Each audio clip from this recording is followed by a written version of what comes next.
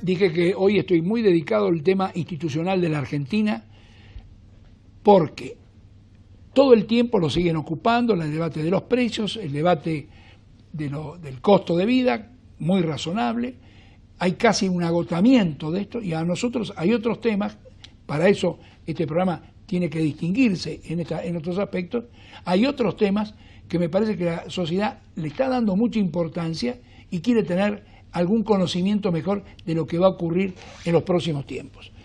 Para hablar un poco de lo que es el Consejo de la Magistratura, algo que usted ya escuchó en la primera parte, y por favor les pido a todos que tengan un poquito de paciencia, porque cuando decimos Consejo de la Magistratura, ¿saben de qué vamos a hablar?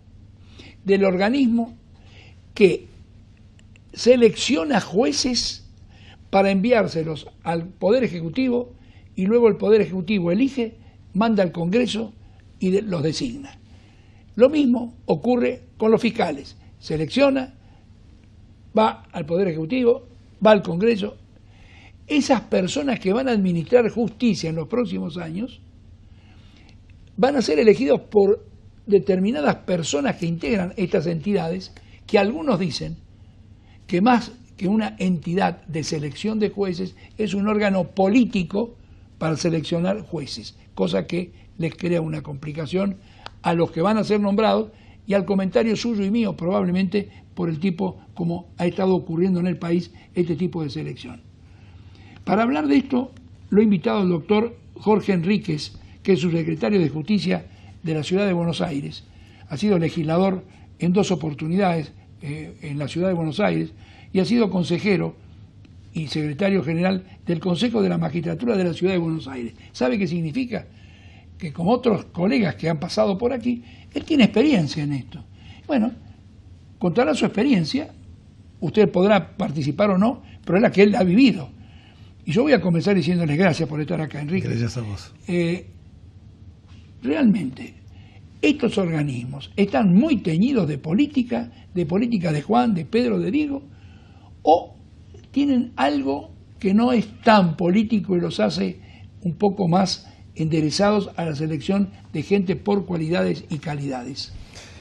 Sí. Pregunta envenenada, ¿eh? Pregunta envenenada, pero es cierto también, me gustó mucho lo que dijiste al principio, que uno muchas veces estando inmerso en la coyuntura, en el tema de la inflación, de la desocupación, de la inseguridad, de la corrupción, no se da cuenta que muchas veces la causa de muchos de nuestros males es la decadencia en que quedó sumida la Argentina en los últimos años como consecuencia del poco apego a las instituciones republicanas y al hecho que la independencia del Poder Judicial parecería que fuera una bolilla de la carrera de abogacía de Derecho Constitucional y nada más, un devaneo de intelectuales, algo para trabajar en un gabinete. Lo que pasa es que la población, Jorge, no cree en los hombres de carne y hueso, no cree, no en los jueces federales que son los que...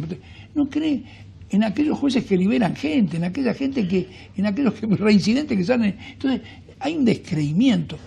¿Cómo hacemos para recuperar la confianza? Por eso la primera pregunta está permeado de política. Claro, cuando se sancionó la Constitución del 94 se crearon los consejos de la magistratura porque el sistema que funcionaba en la Argentina, copiado de la Constitución americana a través de esa impronta que le supo dar Juan Bautista Alberdi a nuestra propia Constitución, era un sistema de asignación en la que intervenían los órganos políticos exclusivamente. Intervenía el Senado, el presidente con acuerdo del Senado. Este sistema, en una república realmente, esos años de oro que tuvo la Argentina, funcionó aceptablemente bien porque a nadie se le ocurría hacer locuras, y si vos eras de un color político, yo de otro, no sé, autonomista, nacionalista liberal, o del color que fuera, estoy hablando de los principios del siglo XIX, del siglo XX, perdón, o vos fueras radical y yo justicialista, o al revés, ¿qué ocurría? Nos poníamos de acuerdo en que íbamos a privilegiar los atributos que tenía que tener un juez para desempeñar esa magistratura, y no íbamos a poner a cualquier bandido que porque fuera peronista o radical lo íbamos a ungir como juez, porque sabíamos que en eso estaba la ratio última del sistema republicano, del sistema constitucional, que es en las manos de esta gente íbamos a depositar nosotros la hacienda, la vida y la libertad de todos nosotros, porque iban a juzgar muchas veces temas patrimoniales, otras veces temas inherentes a nuestra libertad individual. Esto se fue degenerando con el tiempo y de aquellos años de oro que tuvo la justicia, yo recuerdo que incluso hasta la época de cuando asumió Raúl Ricardo Alfonsín, le ofreció la Corte a quien había sido un cargo en la Corte, a quien había sido su rival, Ítalo Argentino Luder, que no lo aceptó por otras razones. Pero ese sistema después se fue, la verdad, degenerando. Y entonces empezó el amiguismo, los famosos jueces que en un momento decían que habían surgido una servilleta. La Constitución, en el 94, cuando se produjo la famosa reforma constitucional en Santa Fe, se incorporó una figura que venía en realidad del derecho parlamentario de los regímenes parlamentarios europeos, particularmente de aquellas monarquías parlamentarias, que era la figura del derecho constitucional, establecido ya plasmado en la Constitución francesa, en la Constitución española de 1978, Consejo General del Poder Judicial se llama allí. Y claro, como en tantas otras cosas, no se pusieron muy de acuerdo con cómo iba a ser ese Consejo de la Magistratura. Entonces dijeron, bueno, vamos a nombrar un académico, pero claro, el académico lo pone el Poder Ejecutivo. Claro, el Poder Ejecutivo le iba a poner de su color político al académico, porque si hubiera sido el Poder Ejecutivo saludable, y acá no entramos a discutir el color político que tuviera ese Poder Ejecutivo, hubiera dicho, bueno, vamos a convocar a la Universidad de Buenos Aires, a la Universidad de Belgrano, a la Austral, etcétera, a la Católica, Salvador, todas las universidades, y vamos a preguntarle a ellos, con un consejo cómo funciona en otra parte del mundo, para que ese académico, bueno, surja de los decanos de distintas facultades. Uno entre tanto, porque se fue, claro. El uno casi no sirve. Después ocurría que también había un representante directo del Poder Ejecutivo. Bien. Otros que venían de los colegios, pero la fórmula que adoptó la Constitución en el artículo 114 fue una fórmula muy caprichosa, equilibrada a proporción. Esto es una fórmula totalmente abstracta. En el año 96, como producto de la autonomía, y esto no quiero ser autorreferencial, yo soy constituyente en la ciudad y tuve el honor de presidir la Comisión de Justicia y Seguridad. Al ver lo que había pasado en Santa Fe en el 94, conjuntamente con los convencionales de entonces, de distintos colores políticos, porque había radicales, Nueva Dirigencia, Frente Grande, Partido Justicialista. Nos pusimos de acuerdo en algo. Hagamos las cosas bien. Entonces, en lugar de poner una equilibrada proporción que va a ser susceptible de que las leyes reglamentarias, al antojo que fuere, vayan acomodando el damero político de acuerdo al poder de turno, vamos a establecer algo ya en la Constitución clarito. 3 y 3. 3 representan a la matrícula de abogados, elegidos 2 por la mayoría, 1 por la minoría, por los abogados. Otros 3 representan a los jueces. 2 por la mayoría y 1 por la minoría de las elecciones que hagan los jueces, y los otros 3 restantes representan a la legislatura porteña. Pero con Juan Octavio Gauna, que en aquel momento trabajamos intensamente con el profesor, que fue Procurador General de la Nación, dijimos que no sean diputados, que sean elegidos por los diputados. ¿Por qué? Porque si ponemos un diputado, como pasa a nivel nacional, ese diputado no va a poder estar, porque en definitiva termina integrando el Poder Legislativo por un lado y el Poder Judicial por el otro. Vos me estás contando lo que está pasando en la ciudad y debe estar pasando en otros lugares. En otras jurisdicciones ha ocurrido ello. Ahora, a nivel nacional es donde está planteado el mayor problema, donde ahí no hay corrección. Y la población está muy preocupada por lo que está ocurriendo a nivel nacional. A nivel nacional, lo que se está haciendo, lo que se está buscando es justamente que no exista esa fuerte partidización que impregnó a la justicia a partir de ese partido judicial que se llamó Justicia Legítima. Está bien, pero de todas maneras, hoy hay representantes de sectores. Hoy hay representantes de esos sectores, y nosotros, por lo menos la fuerza política que yo integro, estamos buscando privilegiar sobre el color político que tenga nuestro representante, la idoneidad que tenga para el cargo. Porque lo que pretendemos nosotros es una justicia, buscamos lo que debe ser el perfil del juez en el siglo XXI.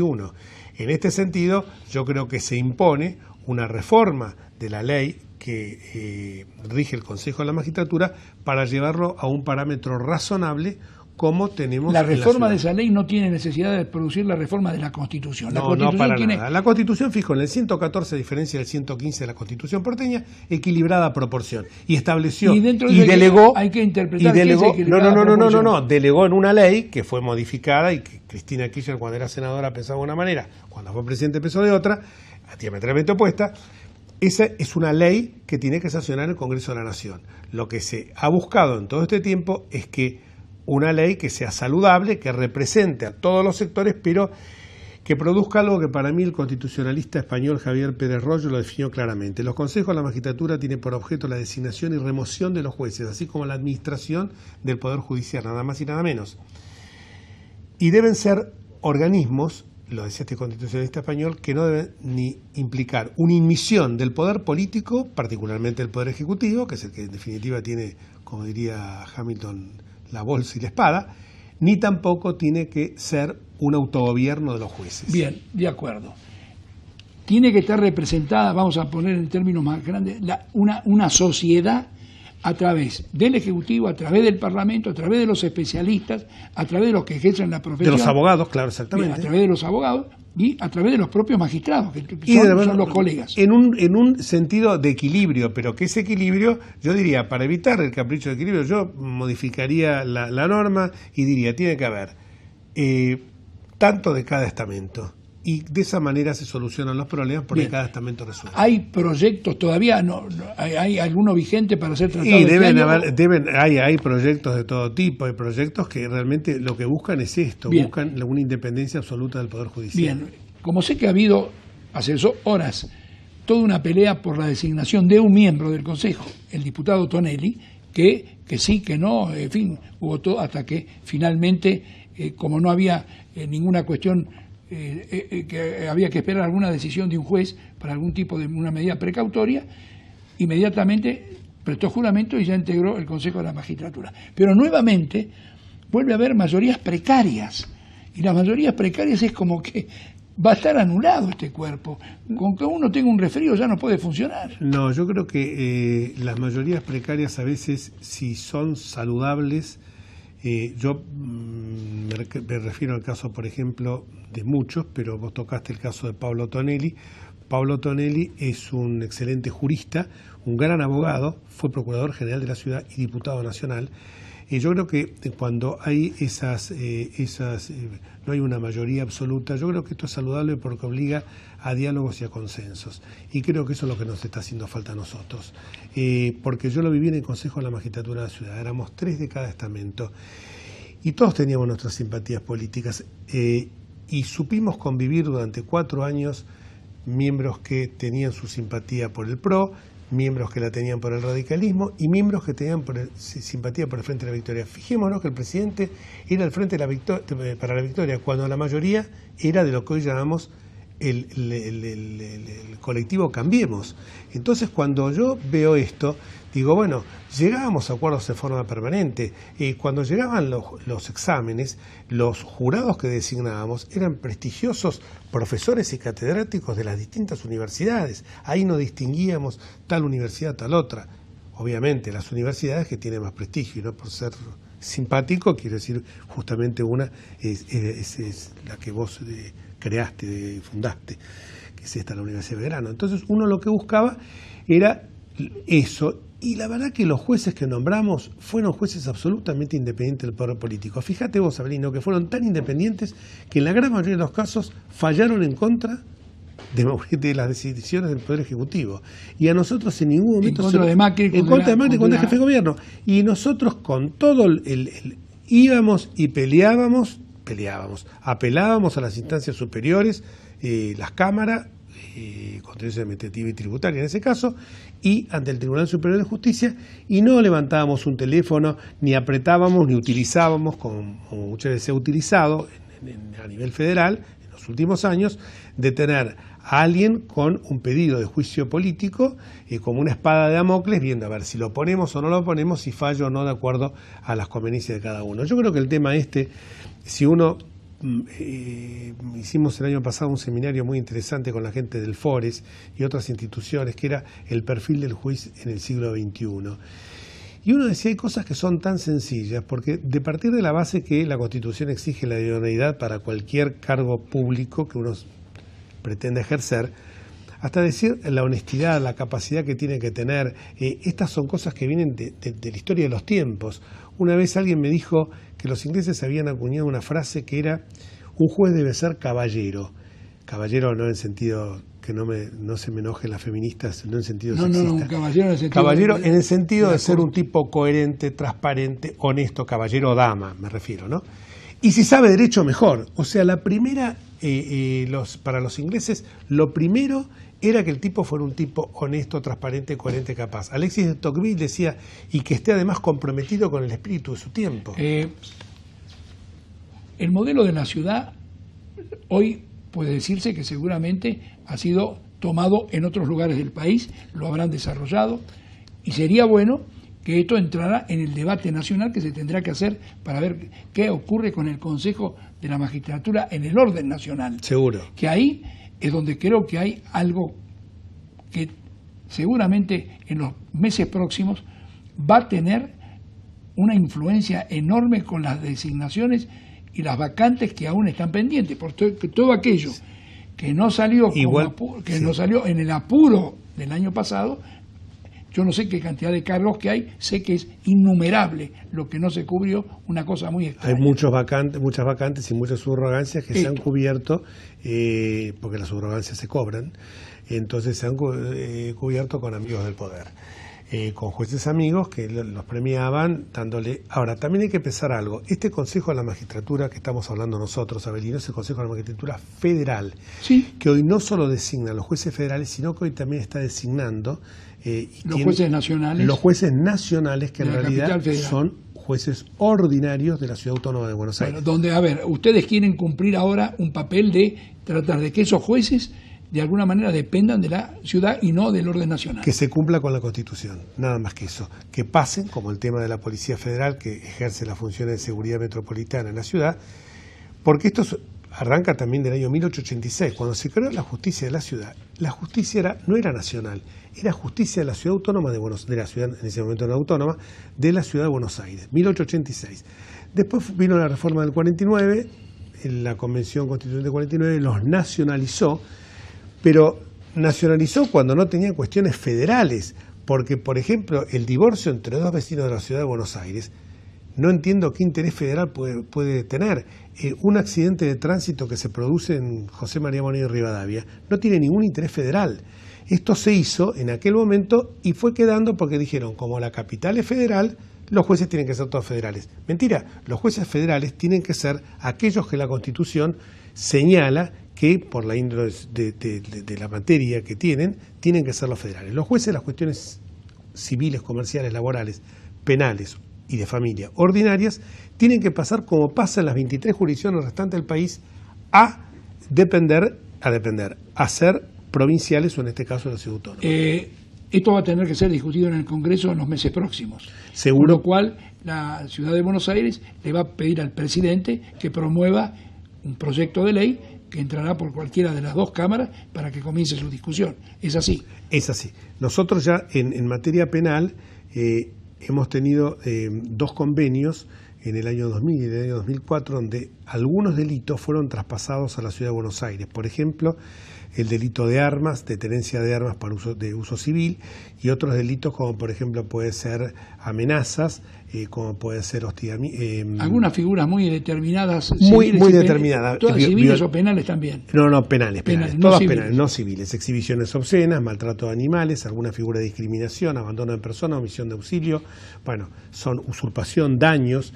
Estos han pasado. Y la ciudad ha revelado una celeridad en la resolución de esos conflictos muy importante. Por eso nosotros tenemos un sistema de mediación penal.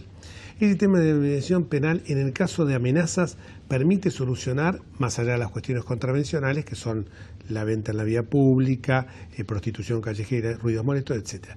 Esas cuestiones, en un 60% de los casos, se resuelven en mediación. Y es tan buena, no lo digo porque tenga la camiseta de la ciudad, Avelino, por eso entiéndanme. No, lo que digo es porque yo lo he vivido. Es tan buena la aceptación en la gente que la gente acuda a nuestros tribunales porque sabe que tiene, por empezar, el sistema nuestro es, para que la gente lo entienda, básicamente acusatorio. O sea, ¿Dónde funcionan esos? Bueno, funcionan en la calle Tacuarí, están algunos, y después tenemos descentralizado en unidades fiscales, este, oeste, norte y sur, en Cabildo al 3000, en la de Coronel Díaz y Beruti, la de Bartolomé Mitre, la de Paseo Coronel 1300. Son unidades especiales. Son unidades fiscales, donde la gente... Esto fue una obra que empezó el actual ministro de Justicia de la Nación, Germán Garabano, y continuó muy brillantemente los dos, Martín Ocampo, como que fiscal general, que lo sucedió Garabano, y hoy es el ministro de Justicia de la Ciudad de Buenos Aires.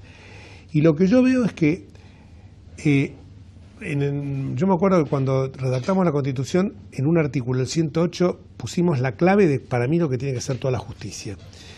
Que la justicia debe ser independiente absolutamente de las partes en conflicto. Debe resolver cualquiera sea el interés económico que exista, cualquiera sea el peso que una de las partes pueda tener, el peso ya sea económico, social, político, independiente de las partes en conflicto, capaz de resolver en un tiempo propio el mismo y a un bajo costo económico. Porque esa es la clave del sistema: independencia, resolución, un bajo costo económico. Y en un término asaz breve, ¿por qué? Porque una justicia remolona tardía o una justicia cara es virtualmente una denegación de justicia. Ya se nos terminó el tiempo. Hay algo que yo dejaría como un mensaje.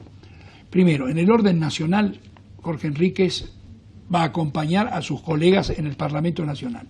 Esperemos que en el orden nacional realmente esto se trate, en la reforma del Consejo de la Magistratura, se mejore la calidad de ese Consejo con urgencia, y sobre todo que comience a prestar atención a aquellos jueces que se lo sabe realmente viciados permanentemente de alguna falla por liberar gente, y ha creado una sensación de desamparo en la sociedad. Total. Y ustedes en la capital federal, ojalá que también se trate esa ley, que haya un gran debate y que puedan darle a la ciudad de Buenos Aires, a estos 3 millones de habitantes, una tranquilidad respecto de la nueva justicia que se está deseando. Con el traspaso seguramente, ya lo es, con el traspaso va a estar acrecentado esto. El traspaso, quiero decir, de la policía ya está en curso, y ahora el traspaso de la justicia, porque uno de los pilares es el traspaso de la policía, pero también la necesidad del traspaso de la justicia penal, con los fondos, pero sin robarle la plata, sin sacarle la plata a las provincias, porque la ley 23.548, con esto termino,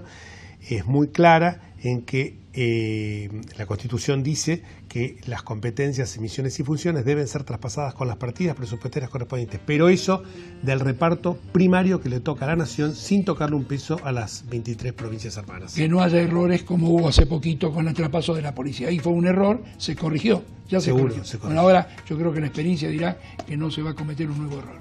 Muchas gracias, Jorge. Muchísimas gracias, Abelino, por haber invitado. Director, nuestro trabajo cumplido. Muchas gracias. Hasta la semana que viene.